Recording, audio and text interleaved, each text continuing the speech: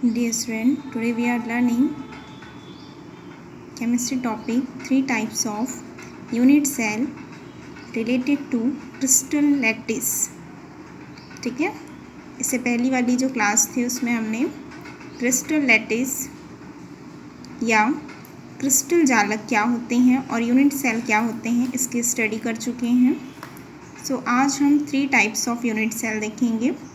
तो हमने इससे पहली क्लास में देखे कि SCC क्या होते हैं, BCC क्या होते हैं और FCC क्या होते हैं. ठीक है, उसकी गणना करनी है हमें. तो सबसे पहले हम उसके जो रूल्स होते हैं, नियम होते हैं, उसे देखेंगे. तो इसके लिए आपको हेडिंग डालना पड़ेगा क्योंकि हम इकाई सेल ही पढ़ रहे हैं, उसी के टाइप्स. तो घनी इकाई सेल में उपस्थित जालक बिंदु या कण, अणु, परमाणु जिसे हम कहते हैं वही जालक बिंदु ही कहलाते हैं या लैटिस पॉइंट कहलाते हैं. उसकी हमें गणना करनी है. तो उसी में ये रूल्स रहेंगे. SCC मतलब सरल घनीय सेल होता है.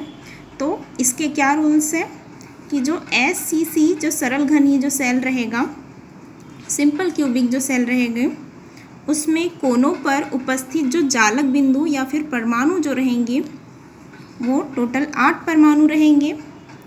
उसका यूनिट सेल में योगदान या कंट्रीब्यूशन 1/8 रहेगा. ये इसका रूल है जो आपको फॉलो करना है इसके कैलकुलेशन करते समय. ओके, फिर BCC है यानी बॉडी सेंटर्ड क्यूबिक सेल या फिर अंतः केंद्रित घनी सेल.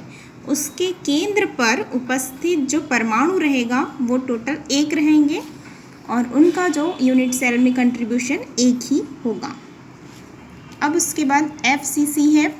उसके फलकों के केंद्र पर उपस्थित जो परमाणु रहेंगे वो टोटल 6 रहेंगे और उनका यूनिट सेल द्वारा योगदान या कंट्रीब्यूशन जो रहेगा वो या फिर साझेदारी जो रहेगी, उनकी सहभागिता वो 1/2 रहेगी.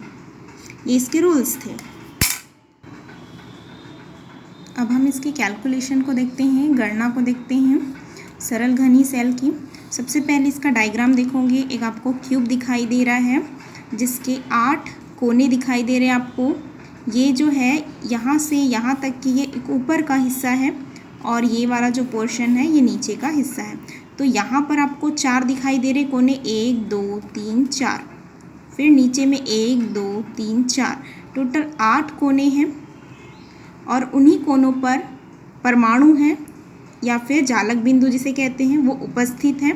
तो 8 कोनों पर 8 जालक बिंदु पाए जाते हैं. तो हम लिखेंगे कि इस प्रकार के जो सेल्स होते हैं उसमें 8 कोनों पर 8 बिंदु उपस्थित होते हैं जिसका यूनिट सेल में ये एक यूनिट सेल है. इस यूनिट सेल में टोटल उसका जो कंट्रीब्यूशन होगा वो 1/8 है. सो हम कैलकुलेशन के लिए लिख रहे हैं इसे. तो इस तरीके के डिजिट तो होंगे ही. अब उसके बाद हम लिखेंगे अतः इस SCC के प्रति इकाई यूनिट सेल में, प्रति इकाई सेल में परमाणु की जो ओवरऑल संख्या जो होगी, कोनों पर 8 परमाणु होते हैं जिसका योगदान 1/8 होता है. 8 से 8 कटेगा तो 1 आंसर आएगा. तो इस तरीके से ये जो पहला था सरल घनी सेल, इसका कैलकुलेशन कंप्लीट हो गया. अब सेकंड देखेंगे आप. अब सेकंड है अंतः केंद्रित घनी सेल.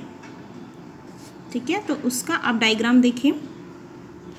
ऑलरेडी 8 कोने थे, हमें ये पता था, और 8 कोनों पर पर्टिकुलर एक एक जालक बिंदु थे, लैटिस पॉइंट थे, परमाणु थे. अब यहाँ पर अंतः केंद्रित घनी सेल बोल रहा है. तो ये एक क्यूब है जिसके आप सेंटर में आप देख रहे हैं एक लैटिस पॉइंट है, एक परमाणु उपस्थित है जिसका इस यूनिट सेल में योगदान 1 होता है. तो इस तरीके से हम इसको लिखेंगे कि इस प्रकार के जो इकाई सेल होते हैं उसमें कोनों पर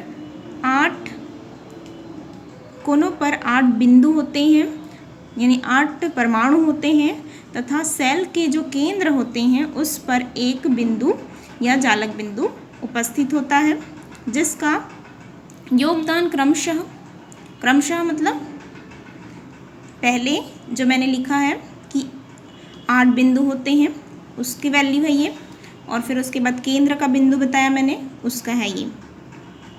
योगदान। ठीक है, तो इस तरीके से क्रमशः करके बताया जाता है इन्हें कंटिन्यूटली में। तो 8 बिंदु का योगदान कितना है, क्रमशः 1/8 है। और सेल के जो केंद्र पर उपस्थित जो एक बिंदु है या एक परमाणु है उसका योगदान कितना होता है, यूनिट सेल में 1 होता है। तो हम इस तरीके से बताएंगे, अतः BCC के प्रति इकाई सेल में परमाणु की ओवरऑल संख्या, कोनों पर 8 बिंदु थे, उनका योगदान 1/8 था, प्लस केंद्र पर यानी अंतः केंद्र पर एक जालक बिंदु था जिसका योगदान 1 था इस यूनिट सेल में। तो इसलिए हमें उसे इनटू करके हमने लिखा, और फिर 8 से 8 कट जाएगा, फिर 1 + 1 कितने हो जाएंगे, 2। तो इस तरीके से इसका कैलकुलेशन कंप्लीट हो गया। अब थर्ड देखेंगे, डायग्राम आपको प्रॉपरली ड्रॉ करना है। डायग्राम ही इसमें मेन है, डायग्राम के थ्रू ही हमने इसको एक्सप्लेन किया है। इससे पहले की जो हमने देखा यूनिट सेल और क्रिस्टल लैटिस को, यदि उसको नहीं देख पाए हो तो उसको डिस्क्रिप्शन बॉक्स में मैं उसका लिंक को दे दूँगी और आप लोग उसे रिटर्न देख लोगे। ठीक है, क्योंकि जब तक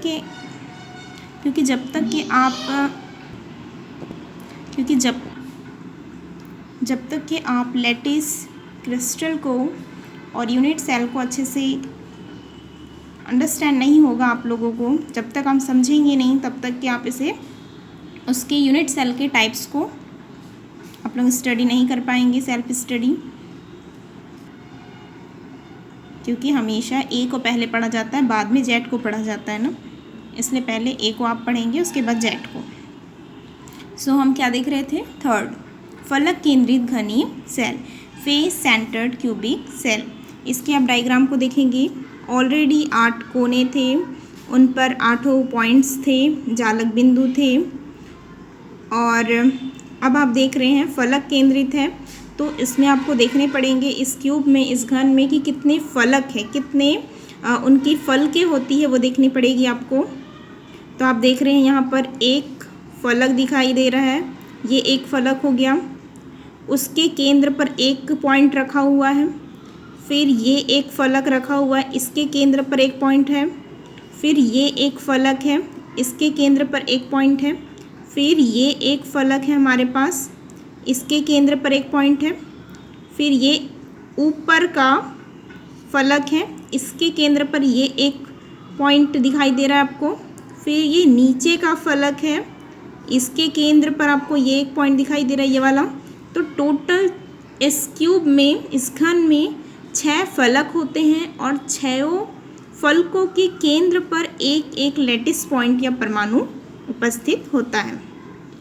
तो हम यहाँ पर इस तरीके से एक्सप्लेन करेंगे कि इस प्रकार के इकाई सेलों में 8 कोनों पर एक एक बिंदु एवं 6 फलकों के केंद्रों पर एक एक बिंदु उपस्थित होते हैं, जिसका यूनिट सेल में, इस इकाई सेल में जो योगदान होगा वो क्रमशः, इसके लिए स्टार्टिंग का 1/8, फिर उसके बाद 6 फलक थे, उसका योगदान कितना है, 1/2 होता है। ठीक है, अब हम बताएंगे अतः करके, अतः या फिर इसलिए FCC के प्रति इकाई सेल में उपस्थित परमाणुओं की ओवरऑल संख्या इक्वल 8 कोने कितने थे, कोनों पर 8 परमाणु उपस्थित थे, उनका योगदान 1/8 था, प्लस 6 फलक है और 6 फलकों के केंद्र पर जो 6 लैटिस पॉइंट थे उसका योगदान 1/2 था। सो 2 से 2 × 6 हो गया, कट गया यहाँ पर, और 8 से 8 कट गया। तो इस तरीके से 1/3 = 4 आ गया ये आंसर। इस तरीके से कैलकुलेशन इन तीनों के कंप्लीट हो गए। तो इस तरीके से आपका जो यूनिट सेल के 3 टाइप्स थे वो तीनों टाइप्स थे वो पूरा कैलकुलेशन के साथ, रूल्स के साथ कंप्लीट हो चुके हैं।